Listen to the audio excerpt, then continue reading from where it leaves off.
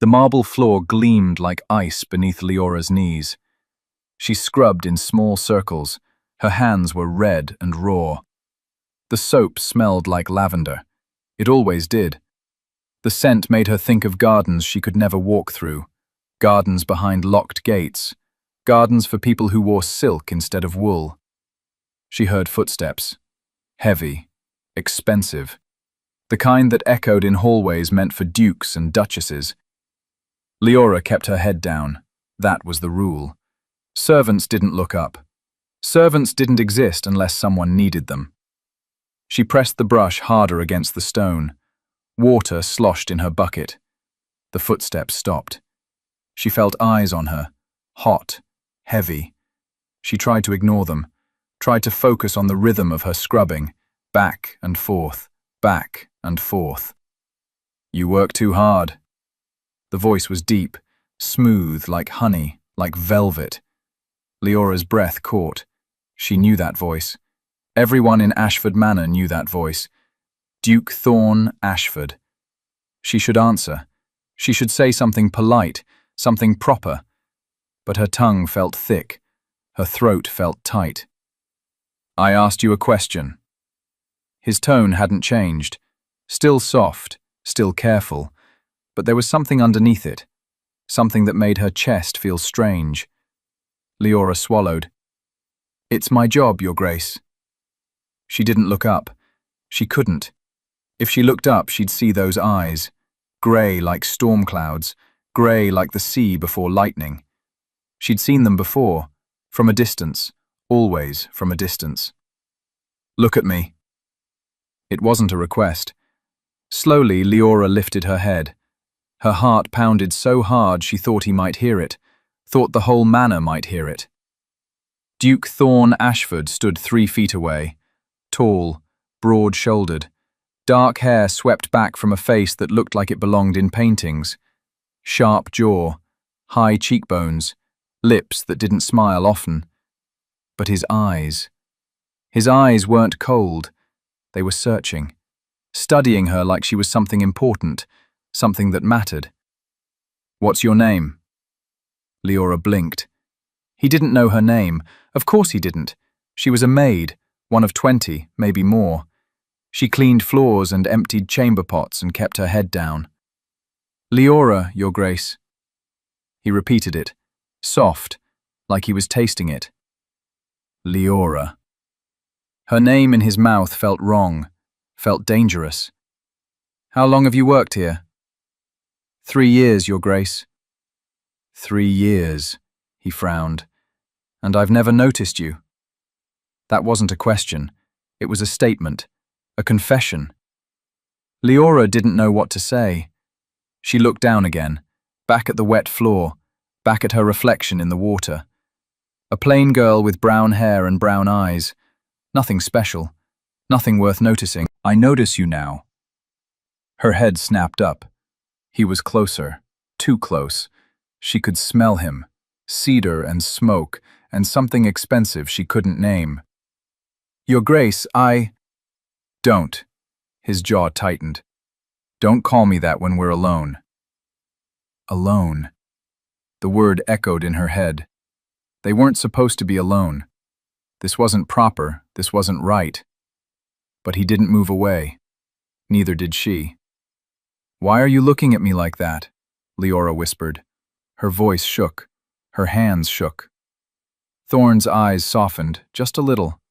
Just enough. "Because I've been blind." Before she could ask what he meant, footsteps echoed down the hall again. Quick, sharp, urgent. Thorne stepped back. His face changed, closed off, cold. The Duke again. Not the man who'd said her name like a prayer. A servant appeared, young, nervous. He bowed so low his forehead almost touched his knees. "Your Grace, the Dowager Duchess requests your presence in the drawing room, immediately." Thorne didn't look at the servant. He looked at Leora. For 1 second, 2, 3. Then he turned and walked away. Leora sat back on her heels. Her heart still pounded. Her hands still shook. Something had just changed. something dangerous. Leora didn't see him for 3 days. She told herself it was better that way, safer. Dukes didn't talk to maids. Dukes didn't notice maids. Whatever had happened in that hallway was a mistake, a moment of boredom, nothing more. But her chest ached when she scrubbed floors now. Her eyes searched for him in every corridor. On the 4th day, she found a note tucked under her pillow. Simple paper, expensive ink. Meet me in the East Garden at midnight. T. Leora stared at it until her eyes blurred. This was madness. This was dangerous. If anyone found out, she'd be dismissed, cast out. She'd have nothing. No money, no home, no future.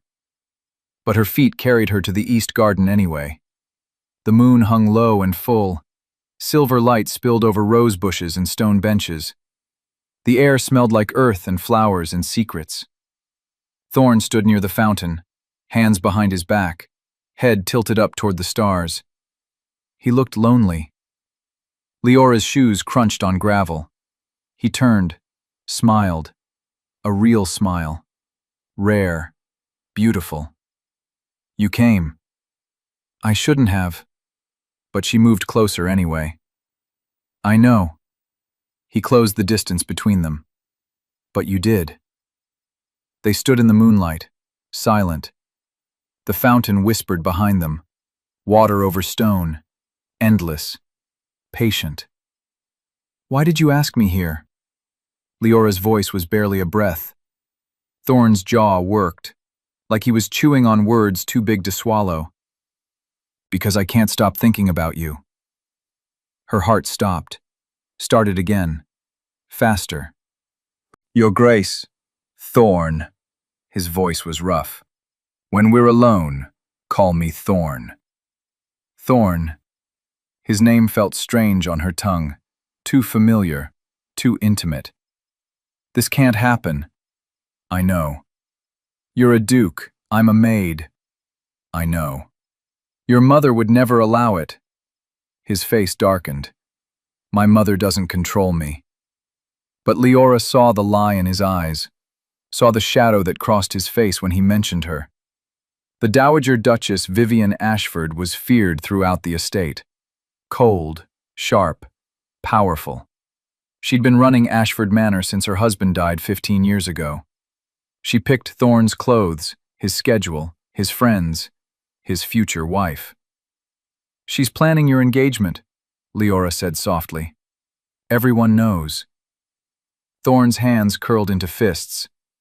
Lady Helena, daughter of the Earl of Weston, wealthy, connected, perfect. The word perfect tasted like poison. Then why are you here with me? He stepped closer. So close she could see the gold flecks in his gray eyes, could count his eyelashes, could feel the heat radiating from his skin. Because I don't want perfect. His voice dropped. I want real. Leora's breath hitched. I'm just a maid. You're everything. The world tilted. Before she could stop herself, before she could think, her hand reached up, touched his face. His skin was warm, rough with stubble. Thorn closed his eyes, leaned into her palm, like he'd been starving for touch, for softness. This is dangerous, Leora whispered. I know. We'll be caught. I know. You'll lose everything. Thorn opened his eyes. They burned. I've already lost everything. I just didn't know it until I saw you. His words wrapped around her heart, squeezed. Before she could answer, before she could breathe, he kissed her. Soft, gentle, like she was made of glass, like she might break.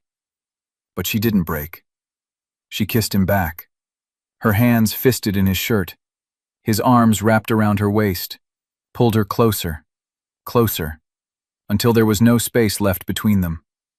The world disappeared. There was only the garden, the moonlight, the taste of him, cedar and smoke and something sweet she couldn't name. When they finally pulled apart, both were shaking. Thorn pressed his forehead to hers. Run away with me. Leora's eyes widened. What? Leave this place. Tonight. We'll go somewhere no one knows us. Somewhere we can be free. Her heart screamed, yes. Her mind screamed, no. Your mother. I don't care about my mother. Your title. I don't care about my title. Your duty. I care about you. His voice cracked. Only you. Tears burned Leora's eyes. You say that now, but you'll regret it. You'll wake up one day and realize what you gave up, and you'll hate me. Never. You don't know that. I do. He cupped her face, thumbs brushing away tears she didn't know had fallen. I've spent my whole life doing what I'm supposed to do, being who I'm supposed to be.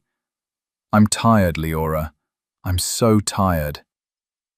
She saw it then, the exhaustion carved into his face, the weight pressing on his shoulders, the cage built from duty and expectation. Then rest, she whispered, just for tonight. Rest. They sat on a stone bench, Leora's head on Thorn's shoulder, his arm around her waist. The moon watched them, silent, silver, knowing. Neither spoke about tomorrow. Tomorrow was too far away.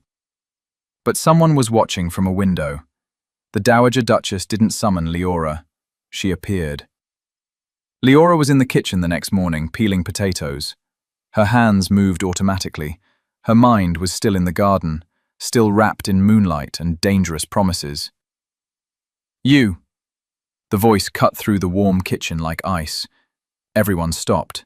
Cooks, scullery maids, kitchen boys. They all turned. All stared. The Dowager Duchess stood in the doorway, tall, thin, dressed in black silk. Her silver hair was pulled back so tight it looked painful. Her face was beautiful in a sharp, cold way, like a knife, like winter. Her eyes locked on Leora. Come with me. It wasn't a request. Leora's stomach dropped. She set down the potato, wiped her hands on her apron, followed the Duchess out of the kitchen, down the hall, up the stairs, to a room Leora had never entered. The Dowager Duchess's private sitting room. Everything was expensive. Dark wood, velvet curtains, paintings of dead Ashfords staring down from the walls. The Duchess closed the door, turned, smiled. It was worse than anger. Sit! Leora sat. Her legs felt like water. The Duchess poured tea.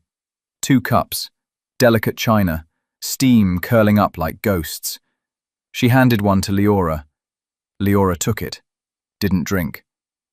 The Duchess sat across from her, sipped her tea, studied Leora like she was an insect, something to be examined, categorized, crushed.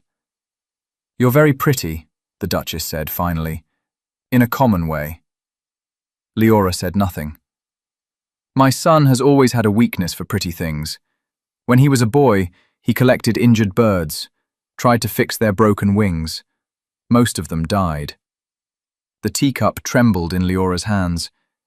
He thinks he's in love with you. Leora's breath stopped. Don't bother denying it. I have eyes everywhere. I know about the garden, the kiss, the ridiculous declarations. Shame burned Leora's cheeks. I never meant... I don't care what you meant. The Duchess's voice was soft, deadly.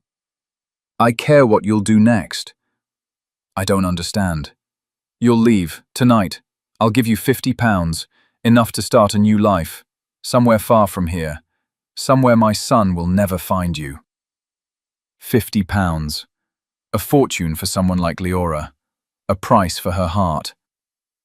And if I refuse? The Duchess's smile widened. Then I'll destroy you, and him. You can't. I can. I will. She leaned forward. Do you know what happens to dukes who throw away their titles for maids? They become nothing, worse than nothing. They become jokes, penniless, powerless, despised. Thorn doesn't care about power. Now. The Duchess's eyes glittered. He doesn't care now, but he will. When the money runs out, when society shuns him, when he realizes he gave up everything for a girl who can't even read. Leora flinched. The Duchess saw it, pressed harder. You love him, don't you? Leora didn't answer. Then let him go. If you truly love him, you'll walk away. You'll give him the future he deserves, not the poverty and shame you'll bring him. Tears stung Leora's eyes. He wants to be with me. He thinks he does. He's young, foolish, romantic, but romance dies, girl, and when it does, all that's left is regret. The Duchess stood, walked to a desk, pulled out a leather purse, heavy with coin. She set it on the table between them. Take it, leave, save him from himself. Leora stared at the purse. £50, freedom, safety, loneliness. What if I tell him about this conversation? The Duchess laughed, cold, sharp. Go ahead. He'll defend you, declare his love, defy me, and I'll do exactly what I promised. I'll cut him off, disinherit him. He'll have nothing, and you'll watch him suffer. Watch him blame you. Watch his love turn to hate. Leora's chest ached. The Duchess moved to the door, opened it. You have until midnight. Choose wisely. She left. Leora sat alone in the expensive room. The purse sat on the table, heavy, waiting. She didn't touch it, but she didn't leave either. Thorn found her in the servants' quarters that evening. He shouldn't have been there. Dukes didn't enter servants' quarters. But he pushed through the narrow door anyway, ignored the shocked stares, ignored the whispers. Leora sat on her small bed, staring at nothing. Leora. She looked up. Her eyes were red, swollen. Thorn's chest tightened. What happened? Your mother came to see me. His jaw clenched. What did she say? Leora told him. Every word, every threat, the money, the ultimatum. When she finished, Thorn was shaking. Not with fear, with rage. She has no right. She has every right. She's your mother. She's protecting you. From what? Happiness? Leora stood, wrapped her arms around herself. From ruin. I don't care about ruin. You should. Her voice cracked. I can't let you throw away your life for me. Thorn crossed the room in 3 steps, grabbed her shoulders. Not hard, firm, desperate. You are my life. Stop saying that. It's true. It's not enough. Tears spilled down her cheeks. Love isn't enough. Not for people like us. Then what is? Leora didn't have an answer. Thorn pulled her close, wrapped his arms around her, buried his face in her hair. Run away with me, he whispered again. Tonight, right now, we'll leave everything behind. And go where? Do what? You've never worked a day in your life. You don't know how to survive without money, without your title. I'll learn. You'll resent me. Never. You will. She pulled back, looked up at him. One day, maybe not tomorrow, maybe not next year, but one day, you'll wake up and realize what you gave up, and you'll hate me for it. Thorn's hands trembled. That will never happen. You can't promise that. I can. I do. Leora shook her head. Fresh tears fell. I won't let you destroy yourself for me. Then you're saying no. I'm saying... She took a shaky breath. I'm saying I need time to think. It was a lie. She'd already made her decision. She saw it in his eyes. The moment he realized, the moment the hope died. Don't, he whispered. Don't leave me. I have to. Why? Because I love you. Her voice broke. Because I love you too much to watch you lose everything. Thorn's face crumpled. He looked young suddenly, lost. Please. One word. It shattered her. But she stepped back, out of his arms, out of his reach. I'm sorry.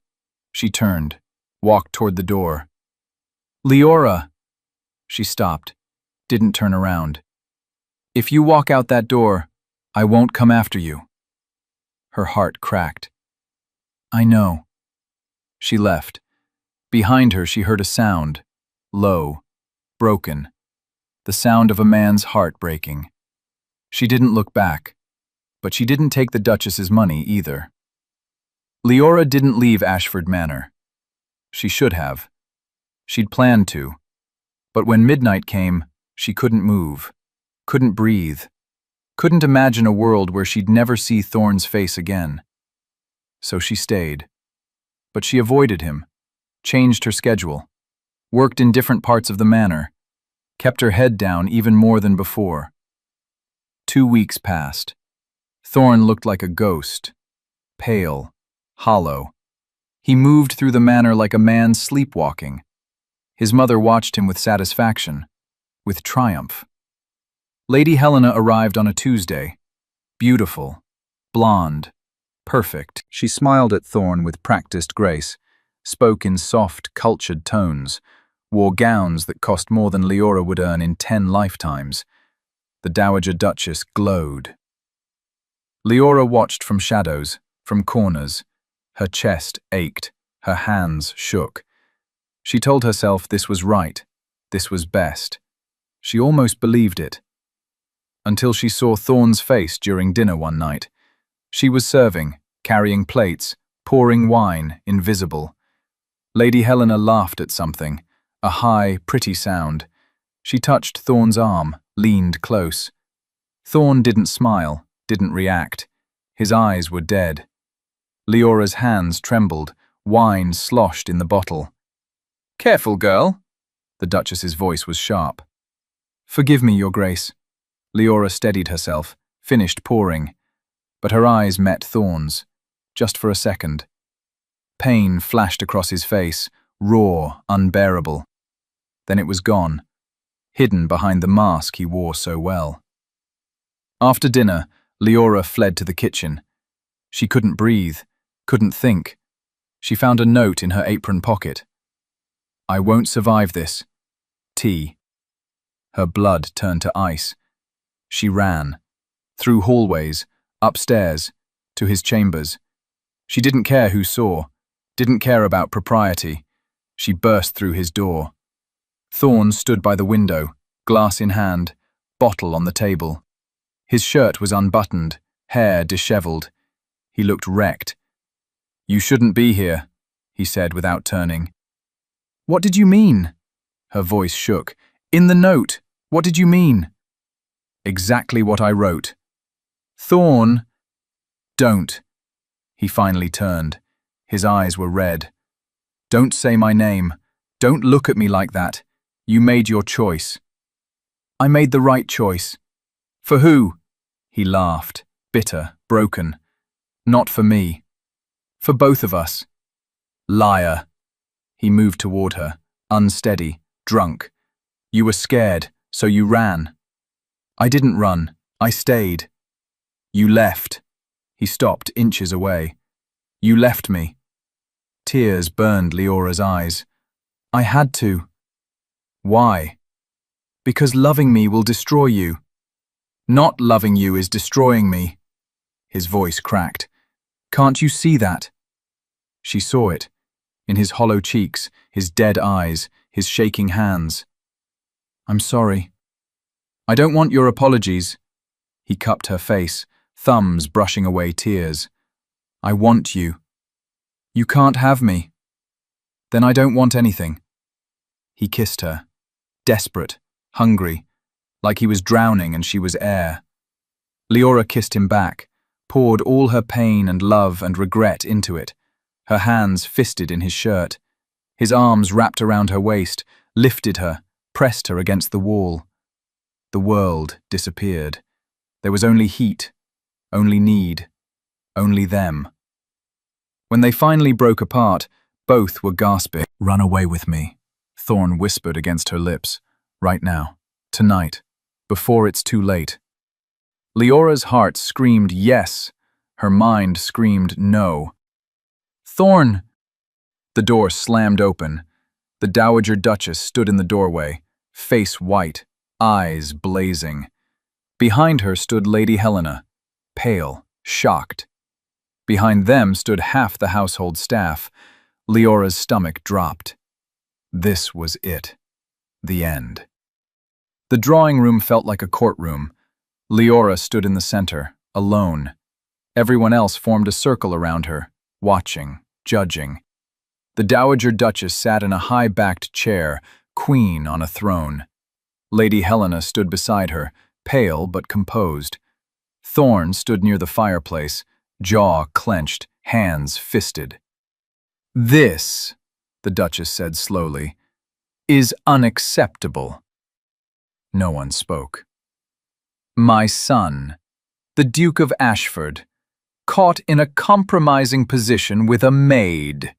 Her voice dripped venom. "The scandal will be catastrophic." "There's no scandal," Thorn said, voice tight, "unless you create one." "I create nothing. You've done that yourself." The Duchess turned to Lady Helena. "My dear, you have my deepest apologies. This," she gestured at Leora like she was trash, "is a temporary madness. It will be dealt with." Lady Helena's lips pressed into a thin line. "I see." "You don't have to see anything," Thorn said. "There will be no engagement. I won't marry you." Gasps rippled through the room. The Duchess stood, slowly, deliberately. "You will marry Lady Helena. It's already been arranged." "Then unarrange it." "I will not." "You have no choice." "I have every choice." The Duchess moved to the center of the room, stood beside Leora. "You, on the other hand, have one choice to make." Thorn's eyes narrowed. "What are you talking about?" The Duchess smiled, cold, cruel. "The Duchy or the Maid?" Silence, heavy, suffocating. "You can't," Thorn started. "I can. I will." The Duchess's voice was ice. "If you refuse to marry Lady Helena, if you continue this shameful association, I will petition the crown to strip you of your title. You will be disinherited, cast out. You'll have nothing. No money, no property, no name." "You can't do that," Lady Helena whispered. "Can she?" "I can." The Duchess didn't look at her. "The Duchy has provisions. For dukes who bring shame upon the family name, who act against the family's interests. I have lawyers, allies, proof of his misconduct." Thorn's face drained of color. "You'd destroy me."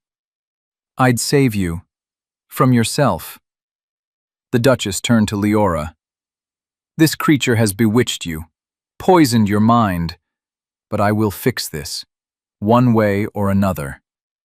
"She's not a creature," Thorn growled. "She's nothing." The Duchess's voice cracked like a whip. "She is nothing, less than nothing, a servant, replaceable, forgettable." "Stop," Leora whispered. Everyone turned to look at her. She'd been silent through all of it, invisible, the way she'd always been. But now she stepped forward, met the Duchess's eyes. "You're right." Thorn made a strangled sound. Leora didn't look at him, couldn't.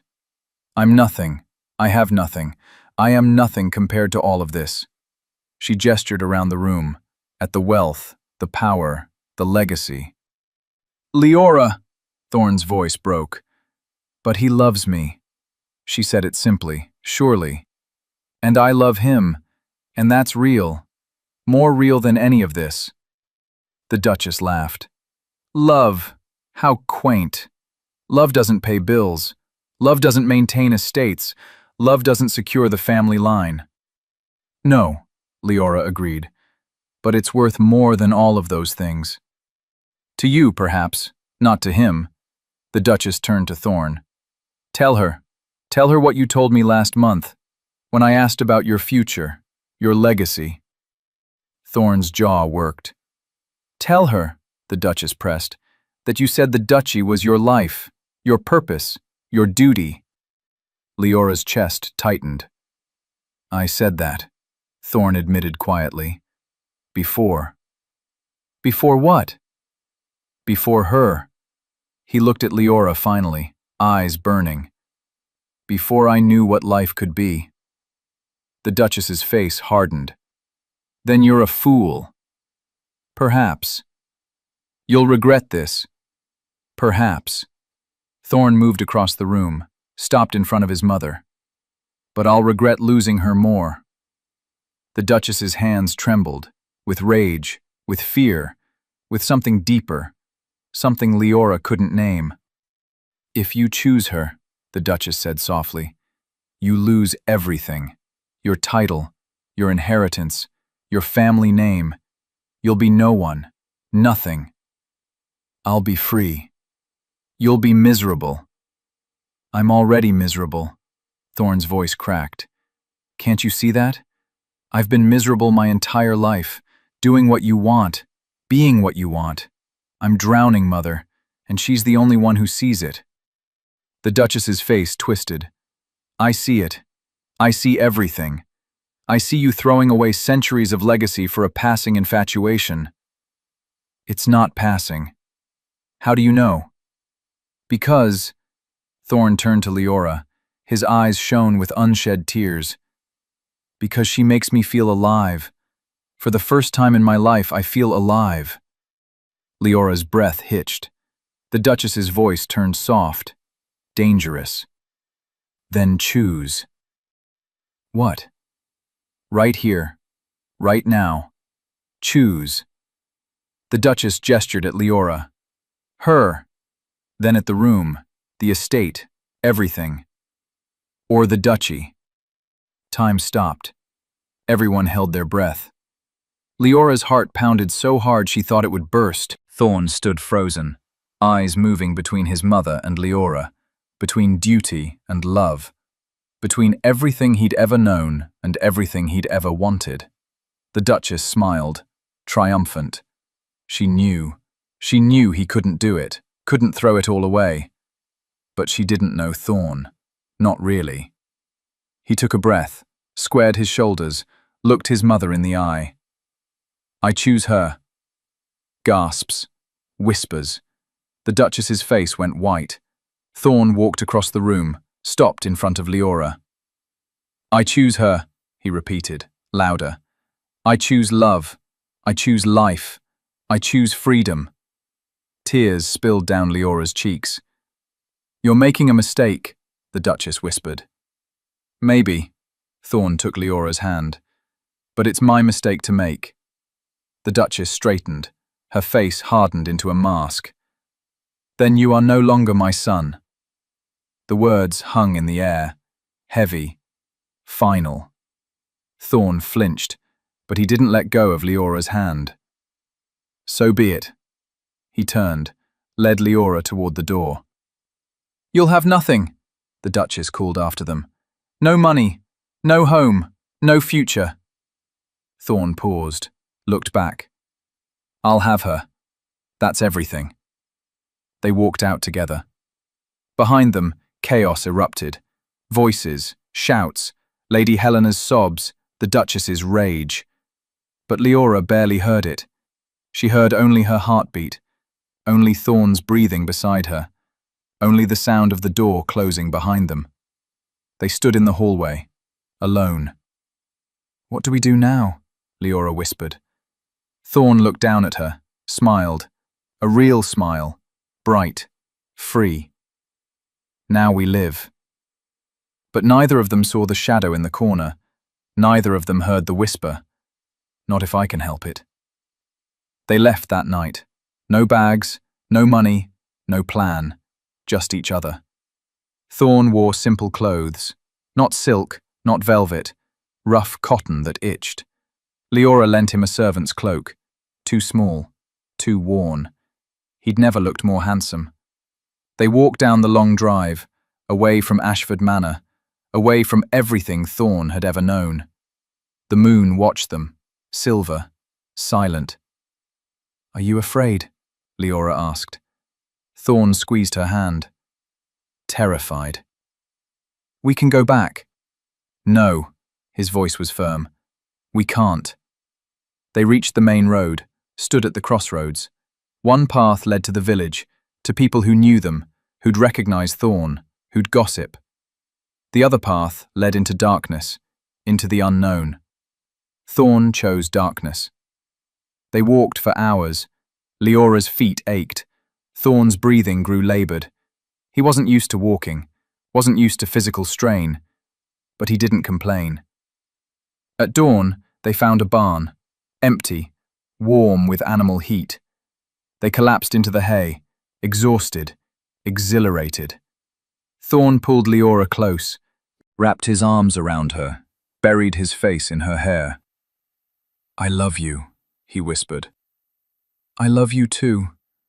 I'm sorry I can't give you more. You've given me everything." They fell asleep like that, tangled together. Poor, free, happy. But happiness is fragile. They woke to shouting. A farmer stood over them, red-faced, angry. "What are you doing in my barn?" Thorn stood quickly, held up his hands. "We're sorry. We were just..." "Stealing? Trespassing?"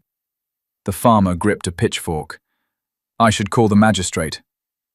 "Please," Leora stepped forward. "We're not thieves. We just needed a place to sleep." The farmer's eyes narrowed, studied them, their fine features, their soft hands. "You're not common folk." Thorn said nothing. "You're running from something." Still nothing. The farmer's expression softened slightly.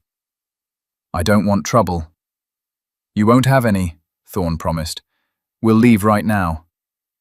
"Where are you going?" Thorn and Leora exchanged glances. They had no answer. The farmer sighed, lowered the pitchfork. "There's a village, 5 miles north. They might have work, a place to stay." "Thank you," Leora whispered. The farmer grunted, turned, stopped. "You're young, stupid. Whatever you're running from, it'll catch up eventually." "We know," Thorn said quietly. "Then run faster." They did. The village was called Ashwater. Small, poor, forgotten. Perfect. They found work at an inn.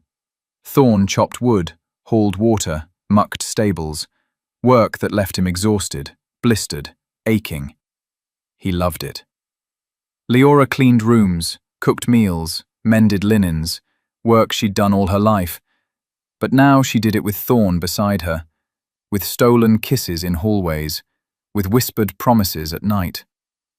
They rented a tiny room above the inn. 1 bed, 1 window, 1 chair. It was paradise. Weeks passed, then months.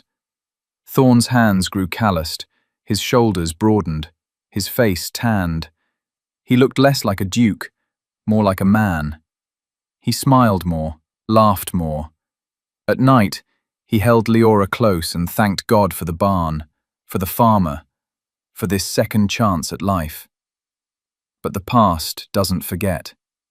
One afternoon, a carriage arrived in Ashwater. Black, elegant, expensive. Leora saw it through the inn's window. Her blood ran cold. "Thorn!" He looked up from the firewood, saw the carriage. His face went pale. The carriage door opened. The Dowager Duchess stepped out. The Duchess didn't enter the inn. She stood outside, waiting, patient, like she had all the time in the world. Thorn wanted to run, to grab Leora and flee. But where would they go? How far could they get? "Stay here," he told Leora. "No." "Please." "No." Her voice was firm. "We face this together." They walked out together, hand in hand. The Duchess watched them approach. Her face was unreadable, carved from ice. "Mother." "Thorn." They stood 3 feet apart, mother and son, strangers. "How did you find us?" Thorn asked. "I've always known where you were." The Duchess's voice was soft, tired. "I have people, eyes everywhere." "Then why wait? Why come now?" The Duchess's gaze shifted to Leora, studied her. "You look different, both of you." Thorn said nothing. "Happier." The word sounded like an accusation, like a confession. "We are," Leora said quietly. The Duchess's jaw tightened. "I came to offer you a choice." "We already made our choice," Thorn said. "A different choice." The Duchess pulled an envelope from her cloak, extended it. "Your father's will, the original." Thorn frowned. "What?" "Your father left you everything, not just the duchy. Everything. Property, investments, money." The Duchess's hands trembled slightly. "I hid it, changed the will, made it seem like the duchy was all there was." Shock rippled through Thorn. "Why?" "To control you," the Duchess's voice cracked. "To keep you close, to keep you safe." "Safe?" Thorn's voice rose. "You suffocated me." "I protected you." Tears shone in the Duchess's eyes, real tears. "Your father died when you were 7. Do you remember?" Thorn's face tightened. "Of course I remember." "Do you remember how?" Silence. "He fell from his horse," the Duchess continued. "Broke his neck. Died instantly. But do you know why he fell?" Thorn shook his head. "He was distracted, thinking about a woman, not me, a servant girl. He loved her, wanted to leave me, leave the duchy, leave everything." The Duchess's voice turned bitter.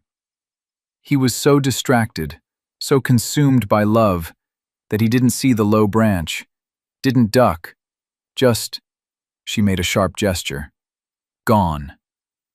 Thorn's breath caught. "I swore," the Duchess whispered, "that I wouldn't let the same thing happen to you. I swore I'd keep you focused, safe, alive." "So you made me a prisoner," Thorn said quietly. "I made you a duke." "I didn't want to be a duke. I wanted to be your son." The Duchess flinched. "You are my son." "Then why did you push me away? Why did you choose duty over love?" "Because love killed your father." The Duchess's voice broke. "And I can't, lose you too." Tears spilled down her cheeks, silent, heavy.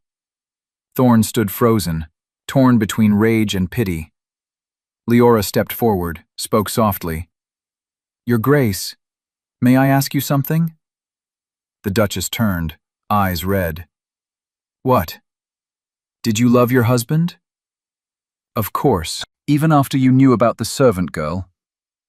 The Duchess's face crumpled. "Yes, God help me, yes." "Then you understand." Leora's voice was gentle. "You understand how it feels. To love someone so much you'd give up everything." The Duchess looked at her, really looked at her. For the first time, she didn't see a maid. She saw a woman who loved her son the way she'd loved her husband.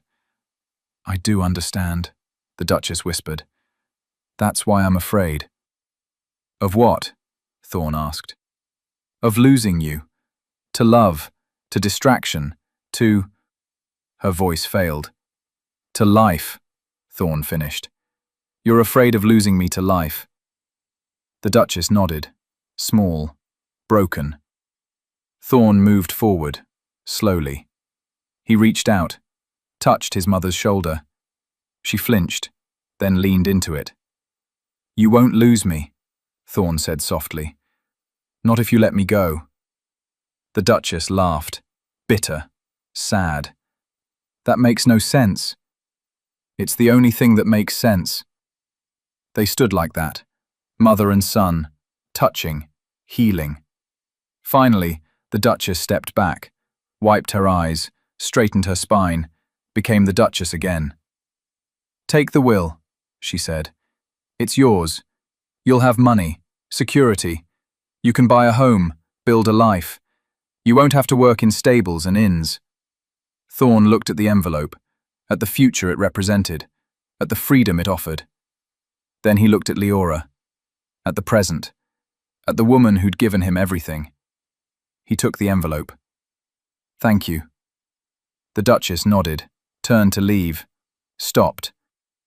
"One more thing." "Yes?" "Marry her." The Duchess didn't look back. "Properly, in a church, with witnesses. Make her your wife in truth, not just in heart." Thorn's throat tightened.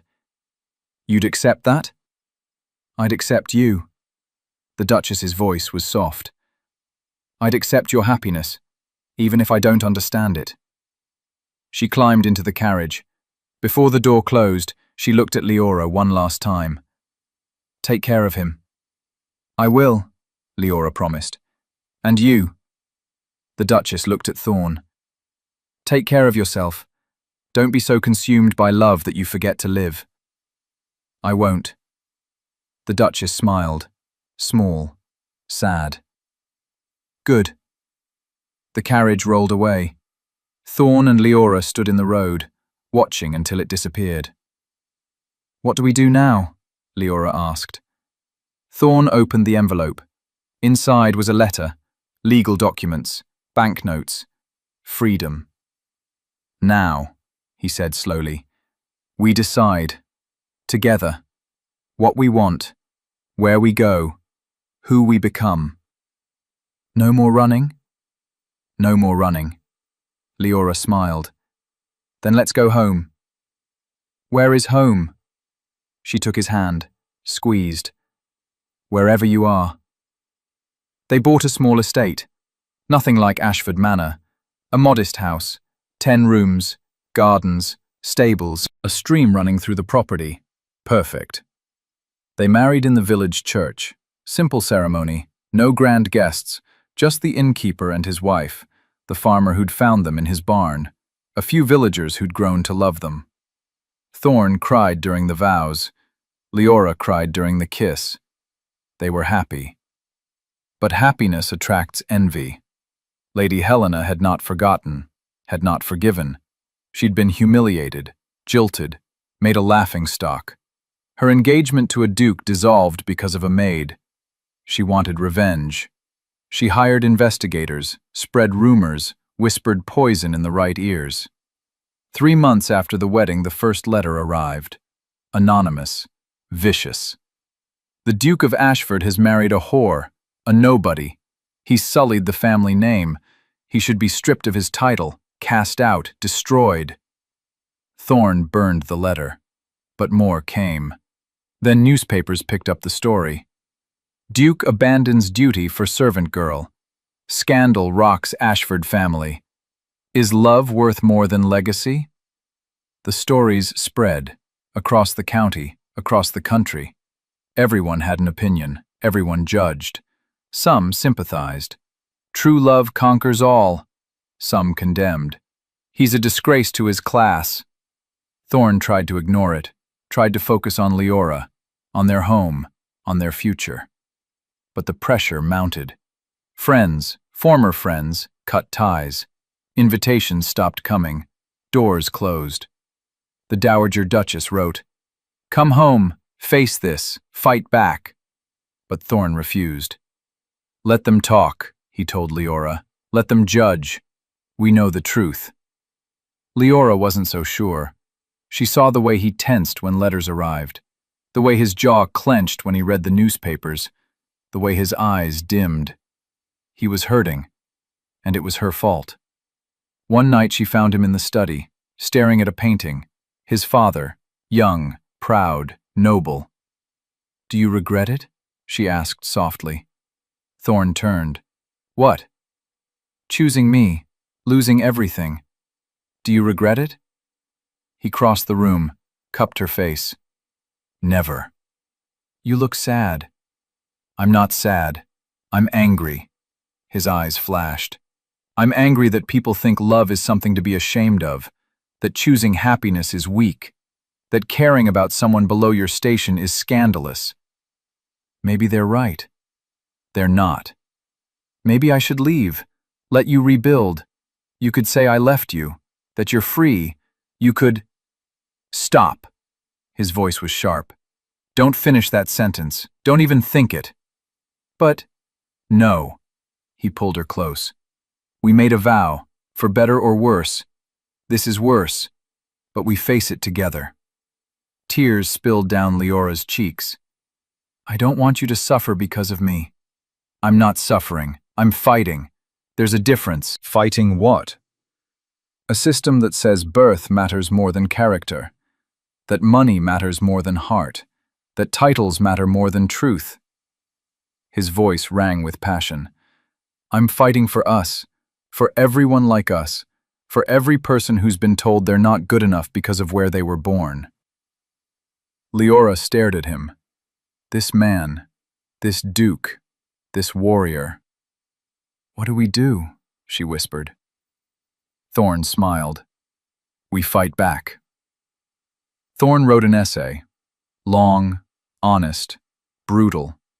He wrote about his childhood, the loneliness, the pressure, the cage of expectation. He wrote about meeting Leora, the light she brought, the freedom. He wrote about choosing love over duty, about humanity over hierarchy. He wrote about being a man before being a duke. He sent it to every newspaper in the country.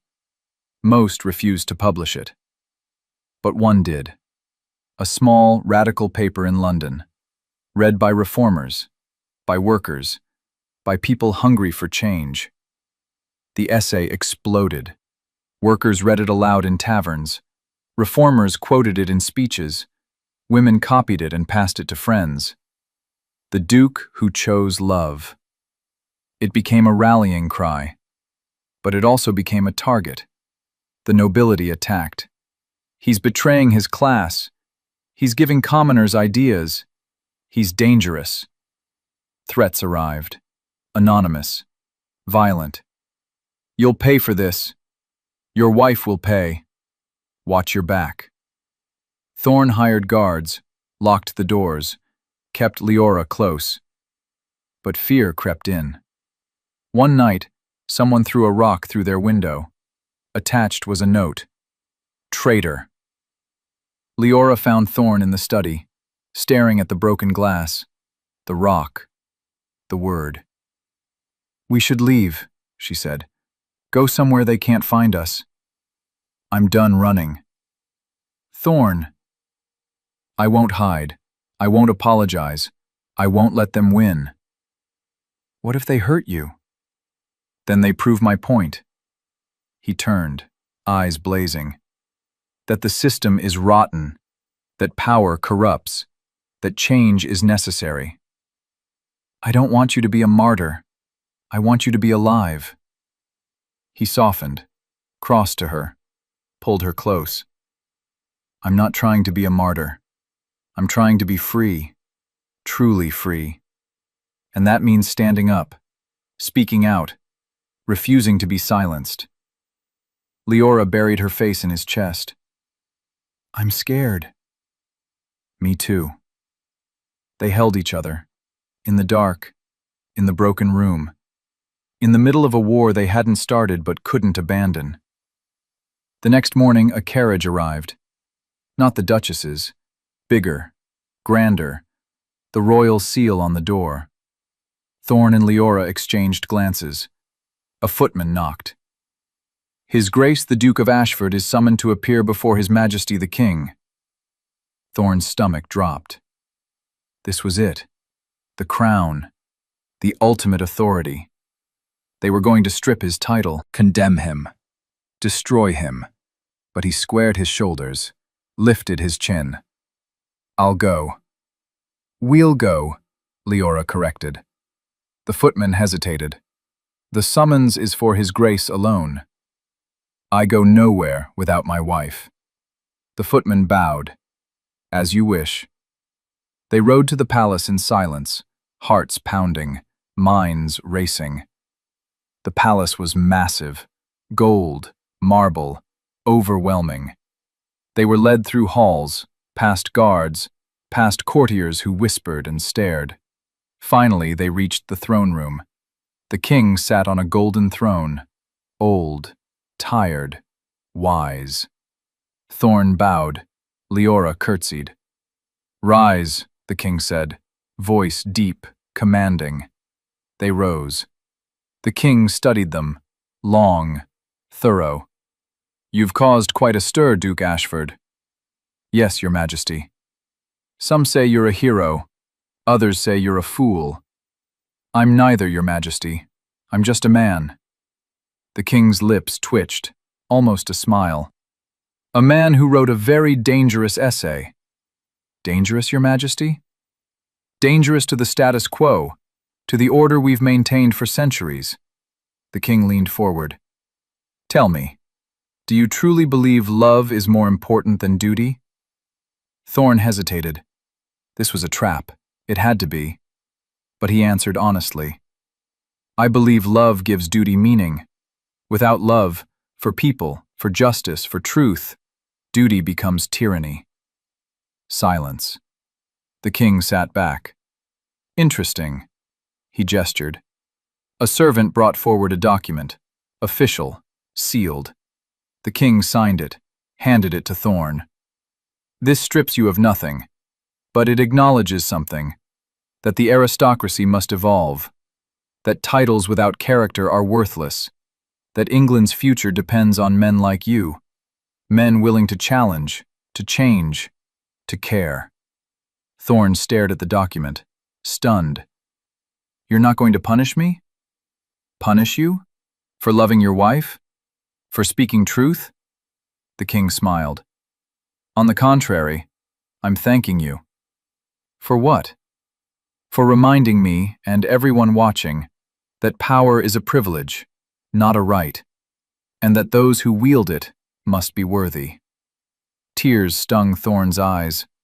The king stood, descended from the throne, stood before Thorn and Leora. Go home, he said softly. Build your life, love your wife, and continue to speak. Continue to challenge. England needs voices like yours. Thorn bowed, deep, respectful. Thank you, your majesty. Thank you, Duke Ashford, Duchess Ashford. He nodded to Leora. You've both done this kingdom a service. They left the palace in a daze. In the carriage, Leora finally spoke. Did that really happen? Thorn laughed. High, bright, free. I think so. We're safe? We're safe. She threw her arms around him. He held her tight, buried his face in her hair. We did it, he whispered. We actually did it. But the fight wasn't over. Not yet. Lady Helena didn't accept defeat. She'd lost the Duke, lost her chance at a title, lost her dignity. She wanted them to lose everything too. She hired men, rough men, dangerous men. One night, they came to the estate. Thorn and Leora were asleep, safe, warm, happy. The crash of breaking glass shattered their peace. Thorn bolted upright. Stay here. No! But he was already moving, grabbing a poker from the fireplace, running toward the sound. 3 men stood in the foyer, masked, armed. The Duke of Ashford, one sneered. Not so grand now, are you? Thorn raised the poker. Leave, now. Can't do that. We've been paid to deliver a message. What message? That some lines shouldn't be crossed. Some women shouldn't be married. Rage flooded Thorn. You work for Lady Helena. The man shrugged. We work for whoever pays. Now, step aside. Our business is with the maid. She's not a maid. She's my wife, and you'll go through me first. The men advanced. Thorn swung the poker, connected with one man's arm. The man howled, dropped his knife. But the other two rushed him, overpowered him, pinned him down. "Thorn!" Leora screamed from the stairs. "Run!" he shouted. But she didn't run. She grabbed a vase, smashed it over one man's head. He crumpled. The third man turned, lunged at Leora. Thorn roared, broke free, tackled the man. They crashed into the wall, fists flew, blood spilled, furniture shattered. Then, a gunshot. Everyone froze. The Dowager Duchess stood in the doorway, smoking pistol in hand, face pale but determined. "That," she said calmly, "is enough." The men backed away, hands raised. "Who hired you?" the Duchess demanded. Silence. She cocked the pistol. "I asked a question." "Lady Helena," one man finally gasped. "Lady Helena Weston." The Duchess's face hardened. "Leave. If I ever see you near my son again, I'll do more than fire a warning shot." The men fled. The Duchess lowered the pistol, looked at Thorn, at Leora. "Are you hurt?" "Mother." Thorn's voice cracked. "You came." "Of course I came." She moved to him, touched his bleeding lip. "You're my son, my only son. I may not understand your choices, but I'll defend your right to make them." Thorn pulled her into a hug. She stiffened, then melted, wrapped her arms around him, held him like she'd wanted to for years. When they pulled apart, both were crying. "What about Lady Helena?" Leora asked. The Duchess's expression turned ice cold. "Leave her to me." The next day, the Duchess visited Lady Helena. What was said, no one knew. But Lady Helena left England that week, fled to the continent, never returned. The men she'd hired confessed, were arrested, sentenced. The scandal died. Peace settled over the estate. Thorn and Leora woke each morning in each other's arms, worked their gardens, hosted dinners for friends, real friends, the kind who didn't care about titles. The Dowager Duchess visited once a month. At first, the visits were stiff, formal, but slowly she softened, laughed, played with the children when they arrived. Yes, children. A daughter first, dark hair, grey eyes, fierce like her grandmother, kind like her mother. Then a son, quiet, thoughtful, gentle like his father, strong like his mother. Thorn taught them to read, to ride, to question everything. Leora taught them to work, to empathize, to love without conditions. The Duchess taught them history, pride, the weight of legacy. Together, they built something new, a family not bound by duty or expectation, but by choice, by love, by respect. 20 years passed. Thorn's hair turned silver at the temples. Leora's hands grew rough from gardening. The Duchess's back bent slightly, but her eyes stayed sharp. They sat in the garden one afternoon, the three of them, watching the children, now grown, play with their own children. "Do you ever regret it?" the Duchess asked quietly. "Choosing Leora?" Thorn smiled. "Never." "Losing the Duchy?" "I didn't lose it. I redefined it." He gestured at the estate, at the children, at the life they'd built. "This is my Duchy. This is my legacy." The Duchess nodded. "Your father would be proud." "Would he?" "Yes." Her voice was firm. "He wanted you to be happy. I forgot that. For too long. But I remember now." Leora reached over, took the Duchess's hand. "Thank you." "For what?" "For coming back. For staying. For loving us even when you didn't understand." The Duchess squeezed her hand. "You made it easy." They sat in comfortable silence. Three people who'd been enemies, who'd become family. "Grandfather!" Thorn's grandson ran up.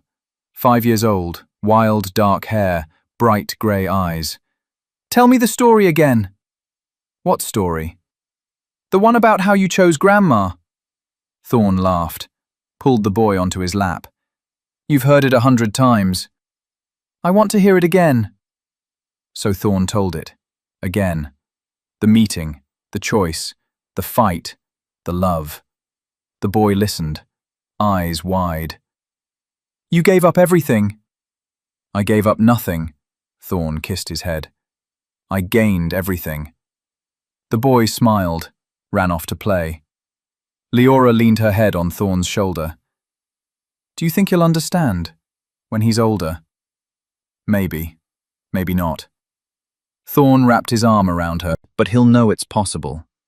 To choose love, to choose life, to choose freedom. And that's enough? That's everything." The sun set, gold and pink and orange. The garden glowed. 3 people sat together, watching the light fade, watching their family grow, watching the world change. And in that moment, everything was perfect. Not because life was easy, not because there were no more struggles, not because the world had accepted them, but because they'd accepted themselves.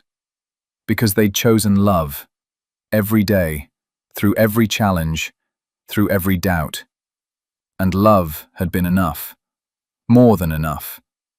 It had been everything. 50 years after that moment in the drawing room, historians wrote about Duke Thorn Ashford. Some called him a revolutionary, some called him a romantic fool. But everyone agreed on one thing. He'd changed England. His essay sparked movements, reform bills, conversations about class and love and humanity. Slowly, so slowly, the aristocracy evolved. Not completely, not perfectly, but enough. Enough that other dukes married maids, other lords married merchants' daughters, other nobles chose love over legacy. And each time, they cited Thorn's words. Love gives duty meaning. When Thorn died, old, happy, surrounded by family, thousands attended his funeral. Not just nobles, workers, servants, reformers, people who'd never met him but whose lives he'd touched. Leora stood at his grave, white hair, lined face, still beautiful. "You did it," she whispered. "You changed the world." But in her heart, she knew the truth. He hadn't changed the world, he'd changed himself. And that had been enough to inspire others to change too. She placed a single rose on his grave, kissed her fingers, touched the headstone. Duke Thorn Ashford, he chose love. And beneath it, carved smaller but no less important, she chose him back. Leora smiled, tears streaming down her face. "I'd choose you again. In every lifetime, in every world, I'd choose you." The wind whispered through the trees, warm, gentle, almost like a voice. "I know. I'd choose you too." She closed her eyes, felt him there, in the wind, in the light, in the love that never died. And she knew. Their story wasn't over. It would live forever. In the hearts of everyone who believed love was stronger than duty, than expectation, than fear. In the hearts of everyone who chose, who fought, who loved. Their story would never end, because love never ends. It transforms, it grows, it changes, but it never, ever ends. And that was the greatest legacy of all.